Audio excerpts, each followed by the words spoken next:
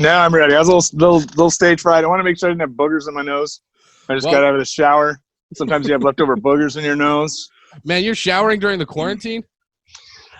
Just for you guys. All right. Yeah, I needed a reason to.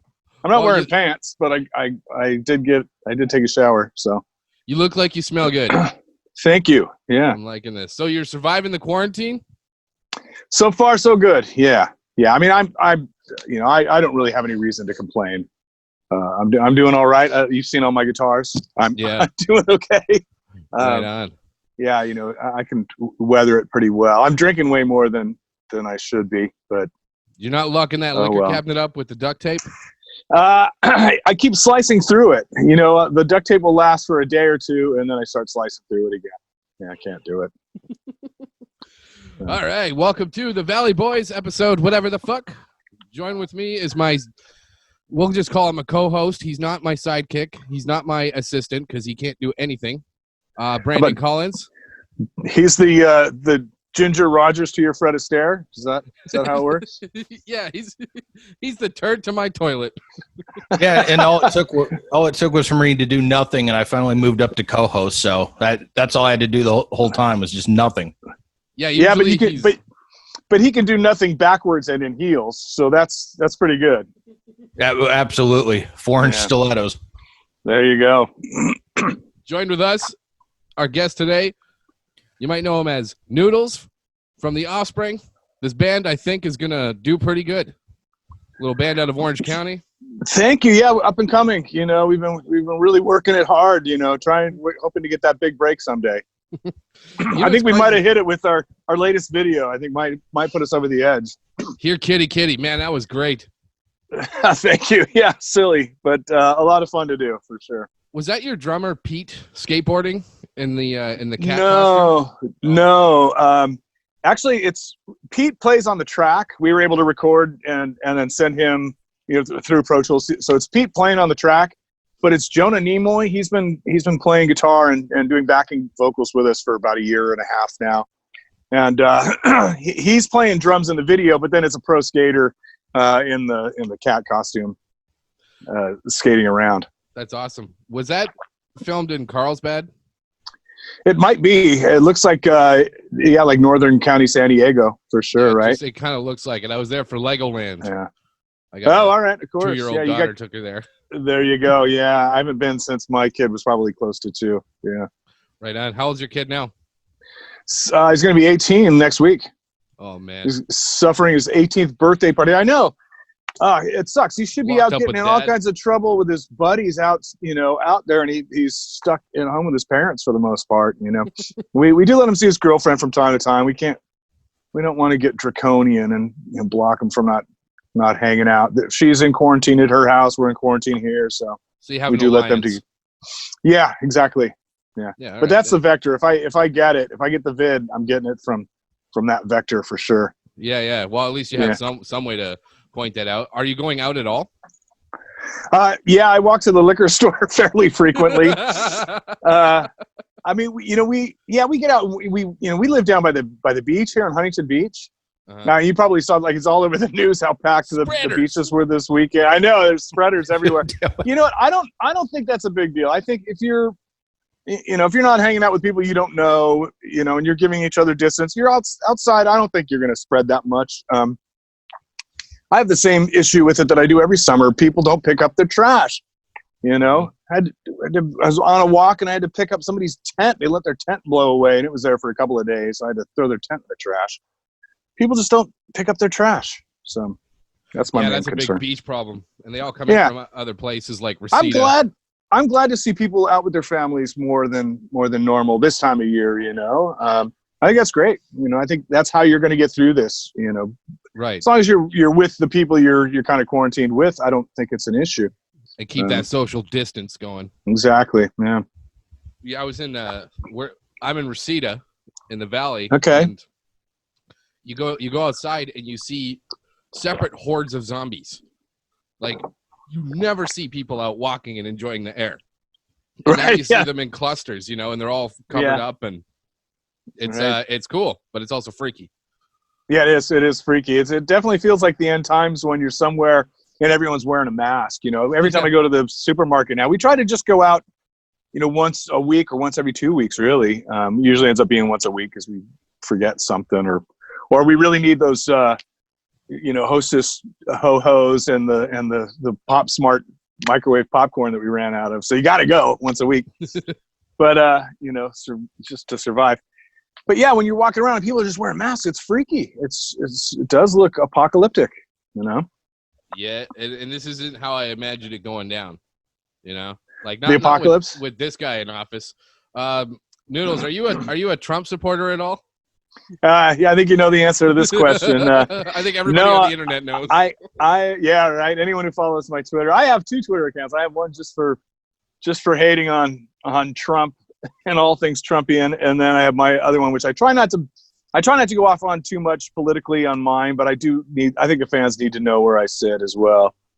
Right, so yeah. I'm not afraid to call Trump an idiot on my own account. Perfect. Has that ever come back on you at all? Like, has anybody ever said, you know, I used to like the Offspring and now I don't because of your opinions?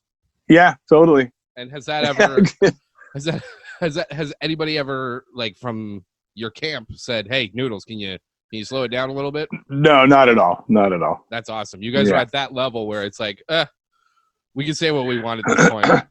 Well, pretty much. I mean, you know, what's it going to do? Hurt record sales?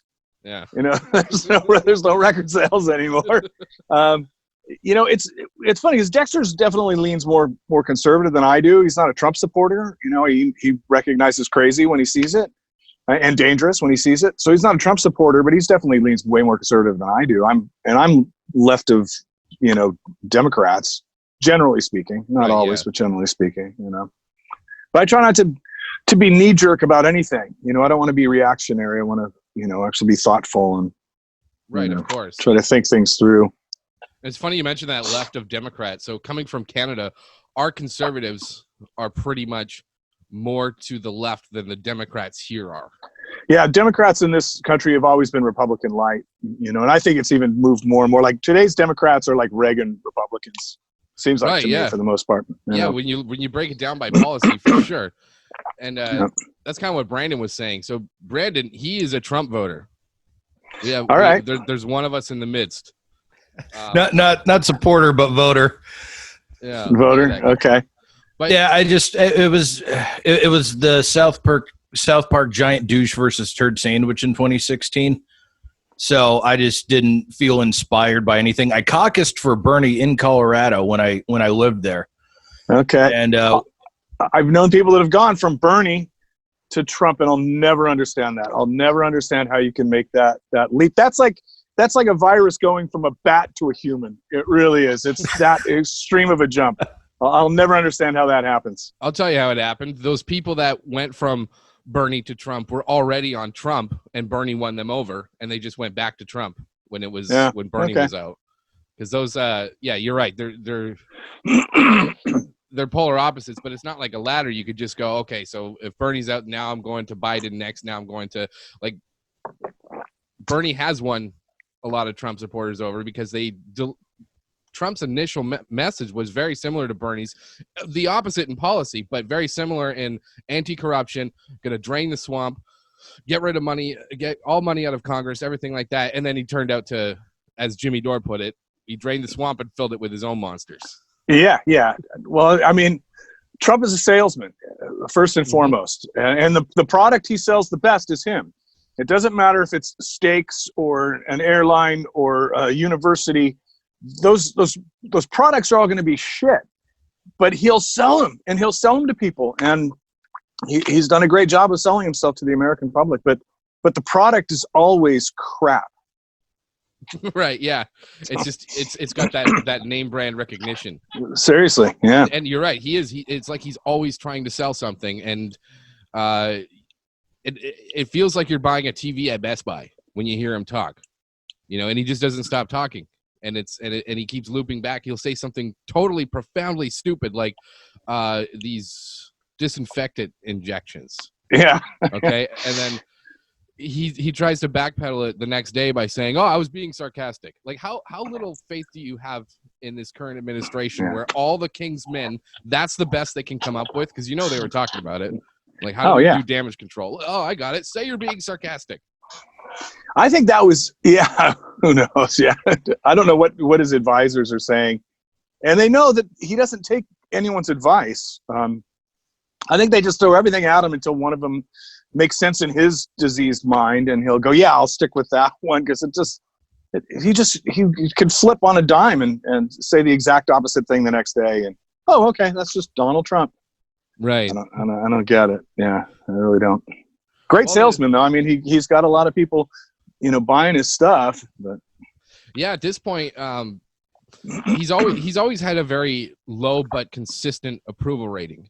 That's kind of what Brandon was saying about that.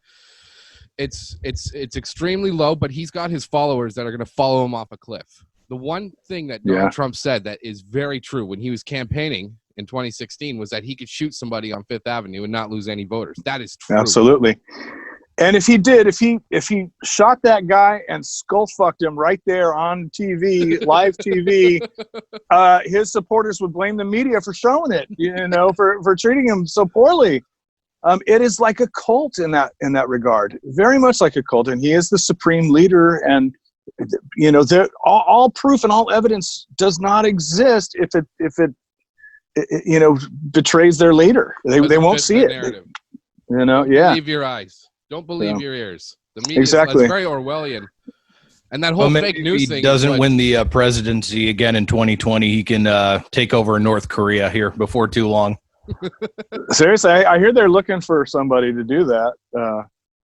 Right? Do we have any update? Oh yeah, Dennis Rodman is the new fearless leader of Korea, North Korea. Oh, that would be awesome. I think it's going to be his sister, right? That's what they're saying. Yeah. Haven't heard for sure. Donald Trump gave a very cagey answer about it the other day. He says, "Yeah, I know what's going on with him, and I wish him the best. I hope he's doing well." And then this Korean news person asked her a question about Kim Jong-un saying something the Saturday before. He goes, "Oh, this last Saturday? Yeah, he didn't say nothing. He didn't say nothing last Saturday. It just shut her down." And he's like, "I can't really tell you what I know about it, but yeah, he didn't say nothing." Okay. Wow. I think that's a clue. Yeah. Yeah, if there's one thing that you'll learn about Trump is he does just say the first thing that pops into his head. And I was like that too in second grade. And then by third grade, I learned to not be like that. Right. No internal dialogue, right? Yeah, exactly. I think he's a little bit more crafty than that. There's sometimes when he knows what. I think a lot of it is intuitive, though. He's just an intuitive salesman. He just knows his audience, and he knows how to reach out to them and how to make them feel something that'll get them on his side. And I largely intuitive. I think he also there's some intellect there, but I don't think he's like a fox. Yeah, like Homer Simpson said. I like it. Stupid like a fox. Stupid like a fox. I like it. Part of the angle, and he whether you like it or not, he does have a sense of humor. Not about himself so much, but that guy is. I hate to admit this, but he's. When I say this, I don't mean Donald Trump is funny, but the right. Absurdity is hilarious. The absurdity of this whole situation, very funny. Not the damage he's causing, but the right. Surreality is funny. If this were a cartoon, I'd be laughing my ass off. Right. When he's up there telling people to inject disinfectant or look into injecting disinfectant and shining the light inside of you. The absurdity is funny. It's absurd. It is absurd. Yeah. It to me, it's becoming less and less funny. I get that too. Yeah. Yeah. And I thought he was in on the joke at the beginning. I remember during the debates when they said, "What's your code word going to be if you become president?" And he says, "Humble." And I thought, like, you motherfucker, no way. And I was dying laughing. And I thought he was in on the joke. I think he was being serious. I think it's the absurdity, but I don't think he was in on that anymore. I think he is so unable to, first of all, to laugh at himself, to self-deprecate. I mean, and have you ever really seen him laugh at anything other than like somebody's misfortune, like Hillary when she was collapsing, getting into the van? I think he laughed at that, but I've never seen him laugh at a joke. He did crack one joke when, and of course he was doing something evil, but when you remember when he was throwing out paper towels at people? Right, yeah, in Puerto Rico. In Puerto Rico, yeah. He was putting on these gloves, and they were too small for him. And he goes, "Oh, see, my hands are too big for these gloves. My hands are huge." Oh, right, yeah. There was a little poke there. But yeah, you're right. Yeah. He is a soulless person, and he didn't grow up a human being. He grew up a little prince with suitors around him and people telling him what to do and guiding him on that. He's not this brilliant businessman. He's this he's a con artist born out of a con artist, taught to believe he's doing everything himself. Yeah. He started off with a small loan back in the 60s of $1 million, which, let's adjust that for inflation. It's what, 10 million now, let's say. And they don't have his tax records, but they got his dad's, Fred Trump, who, as it turns out, gave him $60 million in loans throughout his life that Donald never paid back. So 61 million. Anybody that starts off with that could very well be Donald Trump. Yeah. Well, it's just, goes to show that the story he's sold everybody is just not true. I mean, he just gets out there and lies, blatantly. So you think Biden's going to beat him? I don't know. I really don't. I've kind of given up on the presidency at this point. I'm putting all my money on down ballot, like trying to flip the Senate and maintaining the House. Okay. I'm not going to give any money to the Biden campaign. I think Biden is a decent guy for the most part, but he's way past his expiration date. He's not putting together sentences. Not that Trump does, but Trump does it way more confidently than Biden does. I think Biden even knows he's over that hill. Definitely. Well, Biden had his wife speaking for him the other day when he was doing an interview. He just is standing next to her, smiling all creepy like, and she was delivering his campaign message for him. I would vote for Dr. Jill Biden in a heartbeat. Yeah, I think she'd be great. Yeah. Brayden, weren't you saying that Biden's policies are more in the middle, more centrist than he is a progressive? Yeah, no, absolutely. Yeah, he's a typical Democrat that we're talking about, like the 1980s Reagan type Democrat. Yep. And that's the thing when it was, I think during the debates with Bernie's, I believe they asked him if he would be willing to adopt any of Bernie's policies or any of the progressive policies, and he said basically nothing fundamentally would change with him as president. Yeah, you know what? There's a couple things where he did stand out and kind of led in ways that were progressive. He was but before Obama did, Joe Biden came out in favor of gay marriage. Joe Biden was a real supporter of the ACA. He understood how big a deal and how important that was. So there were ways where I think he led, where Democrats didn't. But for the most part, I absolutely agree with you. Now here's where things get a little sticky.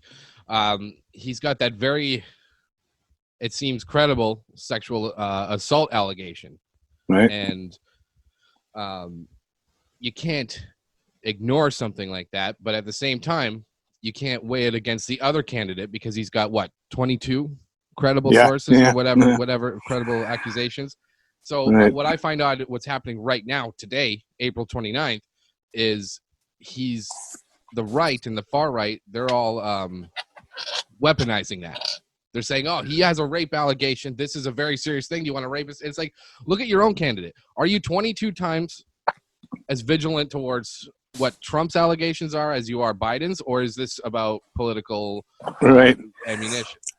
I read an article in a mainstream publication that was talking about the Democrats' Me Too problem with Biden.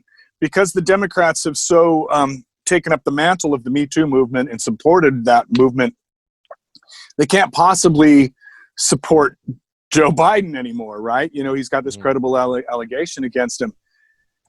The flip side of that is the Republicans have no such compulsion. They don't give a rat's ass about sexual assault. Hey, man, that shit happens, kind of get over it. Like, I don't know. He was elected with all those allegations out there. Absolutely. The grab him by the pussy was out there. I mean, on tape. And on top of the 24 allegations. What does he do? He brings in 3 of Bill Clinton's accusers, to one of the debates, Bill wasn't even running, it was Bill's wife running it. And the people that just, and I understand how, the Trump supporters are like, yeah, show them, they've been showing us for so long. Get them. They smelt blood in the water. They loved that. But it didn't have anything to do with anything. It was just a stunt, Right. And so it's very hard to take a stance on it one way or the other, because I feel like if you completely ignore Biden's accusation and then you hold Trump's against his, you're a hypocrite, and vice versa, of course. Right. Yeah, totally. For myself, I tried to say, like Rose McGowan was talking about that online, and I mentioned something to support her because, as you know, she's been blacklisted by Hollywood for years. She's been screaming it for years and years and years that she was raped by Harvey Weinstein and it ruined her career, ruined her life, and people still give her the blacklist, because she's very passionate about the way she's delivering this. So I showed her support, and I was dogpiled by people on my own side, hashtag Weasel for Trump, I guess. And it's like, no, I'm just saying you can't ignore Biden's allegation if you're going to. You can't, and we need to hold not just Biden, but all of Democrats responsible for that. And the same with Clinton too. I mean, Clinton got a free pass for far too long. Right. That shouldn't have. Well, whatever. That's. I was going to say it shouldn't have been held against Hillary necessarily, but whatever. That's water under the bridge. Clinton, I think finally is Democrats don't. We can't hold him up as he was really widely viewed as a great president until he said some things recently, and the Me Too movement came out, and those women were credible. Mm-hmm.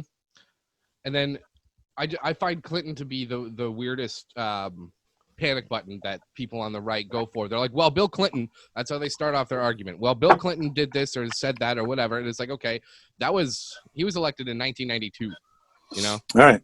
Go talk to people that are in their 50s, 60s, 70s, because they're the ones who voted for him, Right. So the last president, Obama, nothing, no scandals, no arrests, nothing, no allegations. Right. And he inherited an economy that was in shambles. In 2009, when he was elected, and it's been going up and up and up and consistently up. And then Trump takes over, and it's been going up at the same rate it has been.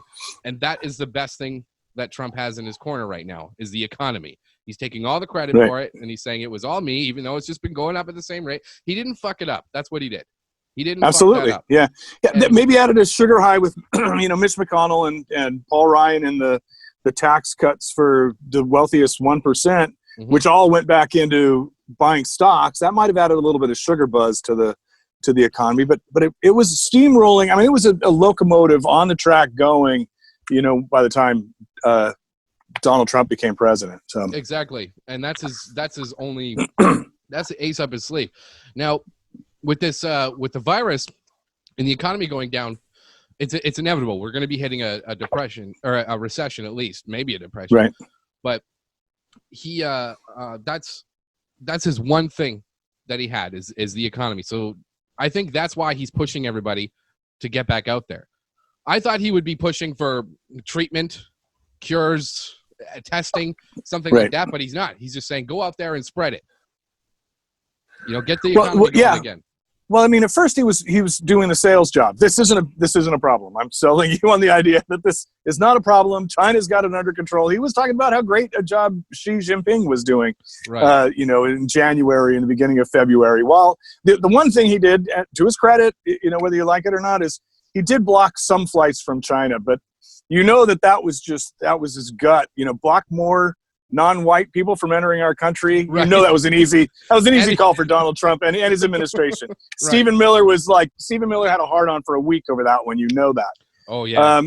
That little So, photo. yeah, but then all of February, he did nothing. He didn't get on testing. He didn't get on, medical supplies, the personal protective equipment, none of that. He didn't do anything. And now they're talking about opening up. We do not have the testing we need to do. Yes, we're doing more testing in this country by numbers, but not per capita. Not even close. Italy's not even still far close. and away from America. America. Almost all of Europe is doing better than we are as far as testing goes per capita, per 100,000 people or whatever. That's what you need to do, and we need to trace it.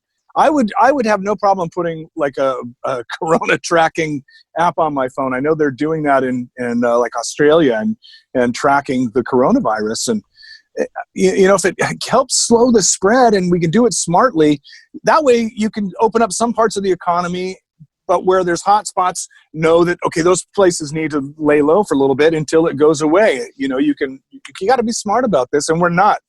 And unfortunately, I think, in this country, until we start having friends and relatives die on us, it's not going to mean anything to Americans. Right. You can believe whatever you want, and we choose to do that. We believe whatever, we pick the news channels that tells us what we want to hear, not necessarily what's really happening out there. You're exactly right about that. Now, what do you think about? So first of all, they've only issued 5.2 million tests. Now there's 330 million people here. So out of those 5.2 million tests, 1 million have tested positive. So do you think maybe that's why Trump doesn't want the testing to go, because he doesn't want it? Because the more testing, the more cases. I think for certain that's why he slow rolled the testing. He didn't want those numbers up there because those numbers made him look bad, and he's selling him. So exactly. he's not gonna do anything that might hurt his saleability. That's why he complained about like the cruise ship. He's like, we got one case right now. If we let this cruise ship dock, then we have 15 cases, and that makes us look bad, and it's no fault of ours, and it's this cruise ship's fault. It's not solving the problem. It's worrying about your sales job, which is his number one job in his own head. Exactly. Well, he's been campaigning for 2020 ever since he won the election in 2016. He's been campaigning for this, and that kind of worries me too, because what do you do? What are we going to get once he's in again and has nothing to lose, because he can't win again. So then he's just going to really go with his gut, which I think will ruin everything. But but one of the things that I'm going to point out too is you said there's been 5 million tests, but that 5 million tests have happened over the last month and a half, right? Mm-hmm. You need to test people. This has an incubation period of a week to 2 weeks. You need to test people every week repeatedly. Exactly. Yes. So maybe there's been 5 million tests, but that doesn't mean that percentage of the population has been tested.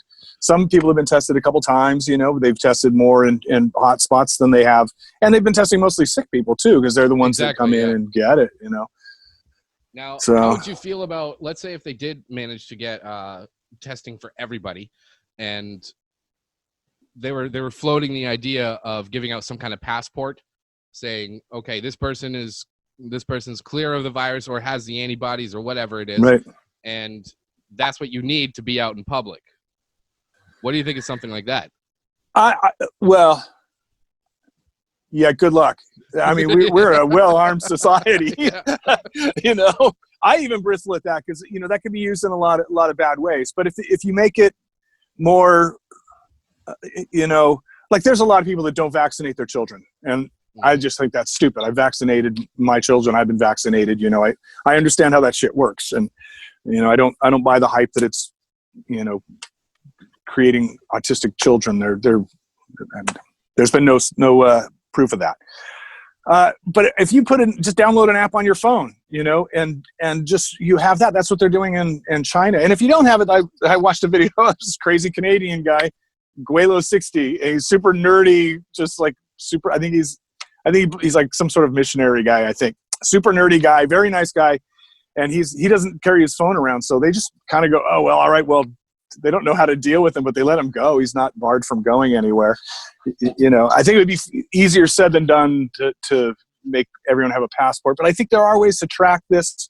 Not everybody has to have it. If people are, on their own downloading this app and finding out if they have the fever. If you have the fever, you mark it or whatever. Or the doctors can mark it. But for contact tracing, like I went to this store and somebody at that store has it. Well, I know I need to lay low for a little while so I don't spread it. I don't go visit my parents for a couple of weeks, until I know that, okay, I probably don't have it anymore. And I think that if everyone kind of does it, well, everyone who wants to do it does it, I think that would help. I don't think you have to force people to do it, I guess is my point.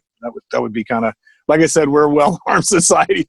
I think the people that we had marching last weekend here in Huntington would triple if you started forcing people to do it. Right, and you're going to have a hard time convincing people of color and immigrants and children of immigrants being branded a certain way to be allowed out in public.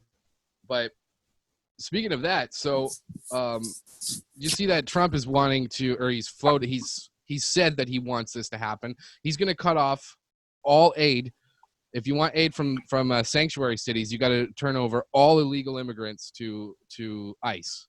Yeah. In order to get funding that we've actually paid for. So think about that. We pay federal taxes, like just from not even the humanitarian standpoint, but from a financial standpoint, we pay federal taxes. And he's saying, okay, if you want us to use those taxes to help you, you have to surrender your illegal immigrants. What does that have to do with anything? Well, it's infuriating, and it shows that he doesn't understand what sanctuary cities are about. Exactly. I mean, these people come here, they work, they keep prices down on everything that Americans consume. Everything that Americans consume have lower price tags because there's labor that works here under the tables, immigrant labor. We want those people in those communities to be safe. If you're arresting all of them, anyone who comes forward, because they're, whatever, they know who a drug dealer is, or they've been assaulted, if they can't come to the police and be safe, they're afraid they're going to be shipped down to El Salvador, where there is going to be, then they're going to get killed and raped and murdered.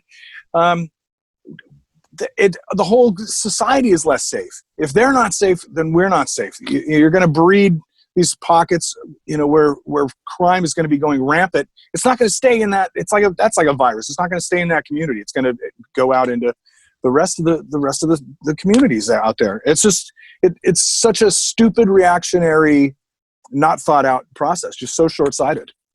Right, and it's a false equivalency. I mean, one doesn't have to do with the other. But going back to that term sanctuary city, not a lot of people know what that means because the word itself is very misleading. Sanctuary city just means that local law enforcement, they do not pursue people's status. That's it. So if they arrest somebody, they're not saying, where are you actually from? They don't care. They're not actively pursuing that because it's not their job. There are branches of the federal government where that's their job. That's their thing to do. Okay. And it used to be, because it was started after 9/11. It was a way to find out if there are any terrorists in the country. Exactly. And now it's turned into, hey, did you pay your parking ticket? Get out. Right. Sure, you work 6 days a week, for 12 hours, but you're not here legally.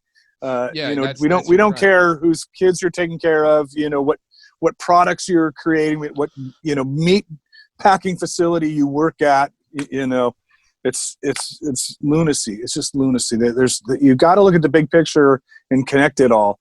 Not to say that illegal immigration isn't a problem, but that's not a fix. It's just a knee-jerk reaction to it that's going to make the problem worse, not better. Exactly. And I mean, there are two sides to illegal immigration. There's the border crossing, and then there's people that are already here and have been here for 20 years. Sure. Most I think most illegal immigrants, whatever, undocumented, whatever you want to call it, they flew in here, right, from other parts of the world. They come in, they say they're going to Disneyland, and they're vetted through, and then they just don't go home. Yeah. I know a couple of guys. It just occurred to me. Really great guys, productive, contributing members of society. Right, and it's like if you're shit. Now my phones are being tapped. Oh no. My Facebook contacts ICE is going through them right now as we speak.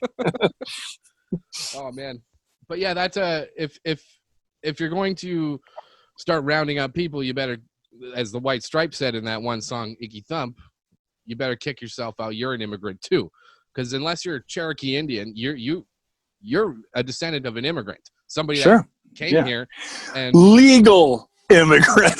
Okay, but my legal parents, at that time. my ancestors came here during the potato famine legally, right? And I would buy that, I would almost buy that argument if it wasn't just people from shithole countries that you were trying to keep out, and making legal immigration harder and harder from countries that you deemed shithole countries, largely, brown-skinned people. And that's what it's about. It's not about the law, because if it was, Ronald Reagan, the GOP poster child, he had the immigration reform of 1986, where they said, okay, illegal immigration's a problem. What are we going to do about it? Well, let's give them a pathway to having a conditional green card that they pay for. They pay their back taxes on it. They pay for the whole investigation, prove they're not a criminal here or in their home country, and they could stay conditionally. Yeah, there's a great video on YouTube of Ronald Reagan and George Bush debating immigration policy, and they're to the left of today's Democrats when it comes to this. I mean, they're just the sweetest men you'll ever meet that love brown-skinned people, Right. And you will not find a Republican, maybe in a purple district, but most Republicans, certainly no one in the Freedom Caucus is talking like this. They're all just blatant racists. Exactly. Yeah. Well, because back then the Reagan-Bush knee-jerk reaction was, these are good people. How do we make sure that the good ones get to stay? And now these are bad people. Some of them might be good, but it doesn't matter. Like, these are bad people, and that's what it comes down to. It's not about the law anymore. It's about having brown-skinned neighbors. Yeah, totally. Yeah, and when you start conflating every Southern immigrant that comes across the border as MS-13. I mean, what is MS-13 going to be, like less than 1% of the population that comes through? But you're conflating that with all of them. Most of the people come here are in hardworking. Now then there's the drug smuggling and the smugglers and stuff. Even the human traffickers. That's a different issue. That's not immigration. That's actual crime. Right. That's a very different issue to be dealt with differently than immigration. But it's like you said, they're making their opinions on the very small percentage of people, which is exactly what prejudice is. Right. And what if they did that towards Christians, God forbid? But what can we start? Well, they feel there's this war on Christianity and everything's being shut down because people don't want prayer in schools, and so therefore it's a war on Christianity. But what if we as a society looked at some of these mass shootings done by white men, Christian white men, and say, these are radical Christians, and they represent the whole, and we want all Christians kicked out of the country? Like, that would be ridiculous, right? Right. But it's no different than saying that these are drug dealers, these are murderers, these are rapists. They're not sending their best people. And what I see from these right wingers is whenever something goes down in Mexico, like drug related or whatever, there's a bloodbath, a massacre, and they say, see, this is why we need the wall. This is why we need to prevent them from coming here. And it's like the people coming here are trying to escape that. Yeah, exactly. Yeah. And your family escaped whatever it was, the potato famine. And but they were fleeing something. We're all here for a reason. My last name is Wasserman, but I'm adopted. So maybe the Wassermans were getting away from the pogroms of Europe. But I know I'm largely Irish by heritage genetically. So I'm assuming my biological ancestors came over from the potato famine.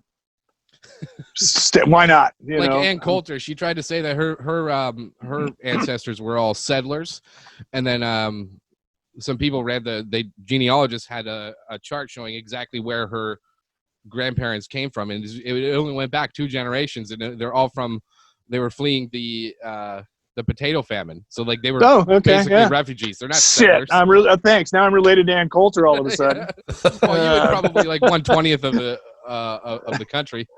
But, yeah, she's a special kind of crazy. What I like about her in a backwards sort of way is that she calls out Donald Trump, but for the wrong reasons. She does it because he's not delivering on his promises, but he's not as racist. He's not as racist as she is. Yeah, exactly. It's like you said that we'd build the wall. You said that, and it's true. Why aren't the rest of Republicans? If you actually support Donald Trump and his promises of getting rid of all the immigrants, why aren't you rallying behind him? Do you really think it's the Democrats' fault when he had a Republican-controlled House and Senate his first 2 years, and it's the Democrats blocking it? No. Right. The one thing they wanted was tax cuts for the rich. And that's the one major piece of legislation, which really all they did is undo taxes. They didn't really create anything. And that's all Donald Trump has done is undo. He's just gone in there and torn things down that people spent years building, whether it's the Paris Accords or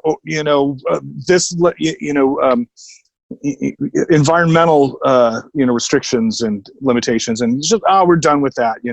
Air quality's getting shitty. Well, now it's getting great because no one's driving or going anywhere now, but it was getting shitty right before this pandemic happened. Air and water quality were taking a hit in our country. Exactly, yeah, especially here in LA. It's a little clearer where you are, but here, even in the valley, it's like earlier this year, it's so smoggy and gross outside that you don't even realize how bad it is until now. Now you go outside, it's so clear and clean by comparison. Yeah. It's been pretty wild. Really, I'm down here by the beach. Really gray day today. A lot of just whatever marine layer, but yeah. Same here. So we like to play a little game where Brandon reads out 3 headlines and we have to guess where they came from. So okay, we have to guess what man it's from. Brandon, you want to explain it? Yeah, so it's a Florida man, California man, or Canada man. So each of these stories, it could be from any one of the particular places, but it's usually involves some buffoonery or shenanigans of some kind. Okay. All right. So this week it's Canada man, Florida man, and what? Sorry. And California man, right? Yeah, this week it's going to be Orange County man as well. Oh, good. Okay. I'm feeling the pride in my chest already. Yeah. So yeah. All right. So first story: man arrested twice in a week on DUI charges. Did that happen in Florida, California, Canada, or Orange County? Oh, that could have happened anywhere there, right? Yeah, that's a weak one. I'm gonna go with Canada. I think I'm gonna go with Canada too. Yeah, but in Canada, I think that the penalties are stiffer, aren't they? That guy's probably fucked. Yeah. Yeah, they don't mess around. You go to jail your second time. They won't even let him in Canada. Like I travel with a lot of guys in bands that have DUIs, and getting into Canada, even after a DUI, is really difficult. You have to, really go to a lawyer, spend a lot of money just to be able to enter your country ahead of time. Yeah. Well, it's because they don't want you driving on the streets there. Absolutely, I don't blame them. Yeah. And it's the same thing coming into the States. So I've got friends with DUIs in Canada who can't fly in here, but they can drive across the border. Really? Yeah. How ironic is that? How funny. Going to Canada is always driving across the border takes way longer. I've done it in my camper a couple of times now. Yep. It's always way longer than flying in. When I fly in, I usually breeze through pretty quick. But I never, knock wood, I don't have a DUI. I've been very. Do you know why Canada's crazy at the border? Like driving in, they don't want you. They're looking for Canadians buying products in the States and not paying duty on them, because that's a thing. Okay. You buy something here way cheaper and you make it look like it was yours already, and they don't want that, so they'll go right through your car looking for a set of headphones or whatever. All right. Huh, that's interesting. a big scandal. Maybe they wanted to make sure I wasn't sneaking in stuff to sell up there or something. It's my camper. Yeah. I don't know. Or any guns, All right. Yeah. Well, yeah, this particular story happened down in Florida, though. Oh, it's okay. That's the lamest Florida story of all I things know, to happen. Right. Exactly. That's what we thought. That was pretty tame. We thought for sure Canada. Well, it's kind of funny. Like the first one he got in a road rage incident. So he's in a fight with a guy on the side of the road. Police broke it up, and then they realized he was drunk. And then the second one, he was so fucked up, he was driving into oncoming traffic, and then after they pulled him over, he just fell out of the car. Oh shit! Yeah, man. He's like he didn't kill anyone. Jeez, driving into oncoming traffic. Oh man. All right. Story number 2: man arrested for shooting inside a house, setting fire to car and driveway. Did that happen in Florida, Canada, or Orange County? See, I would think that's Florida. That sounds like a Florida Friday That night. totally sounds like Florida. I think it's a trick question. It is. So he fired a gun in his house, set fire to his car, or somebody else's car. Yeah, he fired, did like a drive-by shooting at a house, but then he also set fire to the people's car that was sitting in the driveway. Okay. Did anyone die? No. Canada, no. I man. try to keep this lighthearted. Well, I mean, besides all that, but I mean, generally no deaths involved. I'm going with Canada, man, because if that was America, like they would have been a little more efficient with the shooting. Well, let me ask: is Florida off the table now because we already got the Florida one, or can they still be from? Yeah, it could be from any place. Any of those places. Okay, I'm gonna go ahead and say I'm gonna go with Canada on that one too. I think it's a trick one. I was gonna say Florida, but I think it's Canada. Well, it was a trick one, but this one is actually Orange County. It was in the city of Orange. Wow, I didn't hear about it. I would have thought I would have heard about that one. Yeah, it happened a little bit ago. Well, I had to go back a little bit. I didn't want anything too recent that you would have just read. So I was like thinking this week. So okay, yeah, I used to live pretty close to Orange. I lived in Tustin, and there was a great skateboard shop really close to the Orange Circle there in Orange, and I used to a bunch of great restaurants and stuff. We used to hang out there quite a bit. There's a ton of great little beach restaurants in Orange County. I love just taking those there. Orange is a little bit more inland, a little bit more suburbia. Right, but yeah, Orange County as a whole. Yeah, but I'm in between. Well, I'm in Huntington Beach, so there's some good stuff on Main Street, and then Seal Beach has got a lot of great stuff. And in Newport Seal Beach is cool. It's like Seal Beach is rad. It's very very old timey, and it's very very small town feel. Yeah, for sure. My first year in the States, I was there around Christmas time, and they had a parade. Like people just started gathering around. And it was so surreal being from one of the coldest cities on earth to being in California in December and seeing everybody celebrating Christmas, like in beach gear, Yeah. It was a wild sight. My kid played in the band, a marching band. His high school marching band did that parade a couple years. Oh, so, nice. And I have another crazy friend who joins. There's like the kazoo society. I don't know if you remember the kazoo people. There's like a group of people that come, they walk down marching, playing kazoos. I have a friend who did that with him once. That's awesome. Brandon, you could join that band. What was that, Dave? You could join the kazoo band. That was, yeah. Do you got mad kazoo skills? Yeah. All right. We got one more story here. Man jumped roof to roof while armed with machetes. Did that happen in Florida, Orange County, or Canada? I'm going to go with Orange County because I think that was you, Nudes. I think yeah. I was drunk. I don't remember, but you kept your social distance. Yeah. This was pre-pandemic. I think I might have started it. I was hunting bats. I was swinging at bats with my machete. I think I do remember something like that. So I'm going to go with Orange County as well. This happens to be in Dave's hometown of Winnipeg, Manitoba, Canada. I'm not surprised about that. Yeah.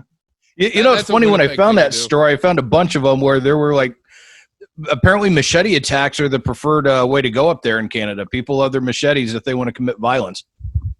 Yeah, it's like a gang thing. They're like carrying around machetes. All right. They don't have access to guns, Like they're. Well, I thought very Canada. Expensive. I thought Canada had a big gun, like per capita, just like the United States, but just hunting with fewer guns. So you can't. Gang members aren't going to take shotguns and hunting rifles out on the streets with them because they can't hide it. And handguns are very, very rare. They're extremely hard to get and they're very expensive. So people tend to shy away from them. So that's what the machetes are for. All right. Because there's a lot of jungles in Canada too, so right, you can get machetes pretty much any hardware store. Yeah. All right, Brandon's Iowa man. If you ever see Iowa man in the news, that's Brandon. Can you tell by his accent? No, I wasn't sure where you're from. I thought you were from the States though. Yeah, he doesn't seem Canadian. Yeah, no, the accent's different. I like how he set up his camera with the light behind him. That's an Iowa man thing to do. I've got the side light going on. Me too. It's coming in on this side. Yeah. All right. Brandon, do you know how we're doing on time? Yeah, we're right around 50 minutes, give or take. All right. I think it's going to cut us off soon anyway. So. I'm on the free version of Zoom. Oh, so nice. What's going on now that we've discussed a couple things? Noodles, what's going on with the Offspring right now? Right now, not a whole lot. We did have a lot of fun doing the Here Kitty Kitty thing, of course, from Tiger King. Joe Exotic didn't sing any of those songs. I don't know. Have you guys seen the documentary at all? Yeah, he had that backing band, or not the backing band, but there was an actual band that played everything, and he just lip synced all the videos. Yeah, he just told him what he wanted the song to be about. So, like, he would call the band and he said, "Yeah, there's this bitch down in Florida, this fucking bitch, and she's trying to jack me up, but she killed her husband. Will you do something to write a song about her killing her husband?" And so they did. It was two guys. It was Vince Johnson and Danny Carlton, or Colton Johnson band. Yeah, we did. Right. Yeah, Colton Johnson band. Because those are the real heroes here. Yeah. The guys who actually did their homework. They looked up the case and came up with this song that's actually pretty fun. Like, the guitar part is pretty cool, pretty like almost surfy country, twangy, but yeah. So it was pretty cool. So Dexter and I were talking about it. I was just, oh, that's funny, I'm going to learn this song. And my wife was talking to Dexter's wife. Actually, all the Offspring wives were texting, and my wife was talking about how I did it. I talked Dexter into watching the documentary, and he's like, "Oh, we should do that just for shits and giggles." And it turned into a thing. We actually spent a whole day in the studio doing the song, then sending it off to Pete so Pete could put drums on it, and then we'd spent a morning just shooting the video. That's awesome. Yeah, that's what I really loved about the song. It felt like an Offspring song, but it still had the country and all that you could hear in there too. Like, it had you not known that there was an original band that did that, I'm like, that would total Offspring right there. Well, cool. Well, thank you. Yeah, I mean, we've never done anything country before, really. We did kind of do a ripoff of what was the Urban Struggle song, like in the '80s, but we never put that out. We called it like Stupid Happy was the name of the song, and it had like the country kind of feel, like Urban Struggle. But yeah, we've never done anything country at all. So yeah, I'm glad you like it. Thank you, man. Yeah, absolutely. Yeah. Other than that, go ahead. I was just gonna say, the craziest part of it is Dexter's voice. You could hardly tell that it's him. Because he's singing like a country singer, or like how it's done in that song. Yeah. And you're like, oh wow, this guy hits all the notes. Like, it's a lot different. Not different, not hitting the notes. I mean, but like it's a totally different style, and he nailed it. Well, it's a little bit lower register for sure. He usually sings in a little bit higher register. We worked all that out. We weren't sure how to do it a little bit more in his register, or just do it a little more true to the thing. And we went a little bit more true to how it was. We did it a little bit more up tempo, and we were kind of thinking like, how would like Creedence can do some country stuff and make it rocking. So what would they do? So we kind of thought about that, changed it a little bit, made it a little more up tempo, and made it a little less, like they really kind of have this Southern drawl, and when they sing the song, and like, how much do you want to go with the country drawl when you're not really from the country? It'll sound fake. So he dialed that back a little bit, and made it sound a little bit more like a normal California accent, I guess. Yeah, it's awesome. How is the song doing, by the way? I mean, it's just a video that we put out. So, it's it's not like, yeah, I mean, I know it got like, over like 1.5 million views. Wow. I haven't really checked, but yeah, people are laughing at it. It puts smiles on people's faces, and that's really what this is about. I mean, we've got a record done in the can that we want to put out this year. We were planning on touring all year long in support of the record. There's no touring, and it's probably not going to be any touring for a while, unfortunately.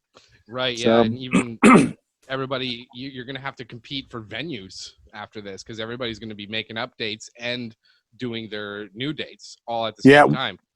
Hopefully by next summer, like the big festivals can happen again. I think that's pretty optimistic, but hopefully.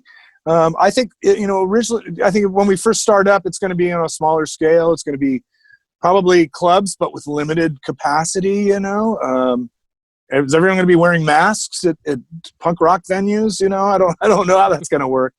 So it'll be interesting to see how this all plays out. Eventually, you know, I know that we're going to start getting back to work, and everybody's going to be hanging out again together. If we don't come up with a vaccine, hopefully we'll come up with some kind of. I know there's a new medicine some kind of medicine that they think can prevent, or I guess limit the effects of the disease and make you healthier quicker.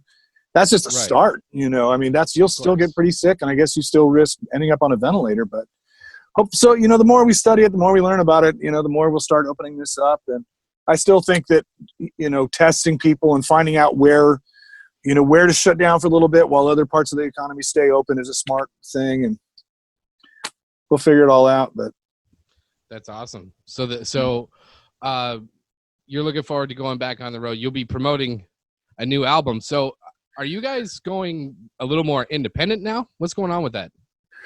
Well, we want to work with a record label. We don't want to do it ourselves. You know, we want somebody that can help get the song in the hands of the fans the best way possible, whether that means streaming services or vinyl copies. Different fans like it, you know, different ways. So we want something that'll kind of cover all of that.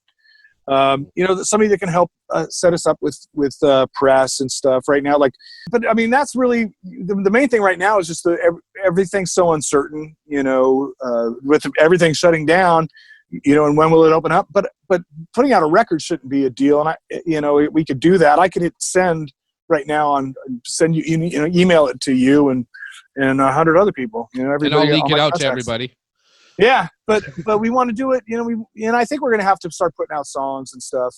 It's been too long, and we've got all these songs that we're sitting on, dying for the fans to hear, you know. And everything's just kind of up in the air now. But I'm sure we're going to have something out soon. I mean, the plan was to put out a single in the next month or two or three, and then the record out in September. I don't know if that'll still happen, but hopefully September. Yeah, that would be awesome.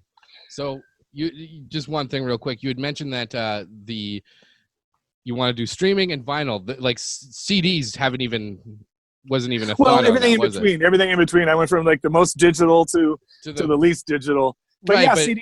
You know, I mean, people still buy shit in truck stops and Starbucks, right? Right. They still have CDs at Starbucks. And I know they do at truck stops. So it's just the times have changed, and the Offspring sort of been there through all of it.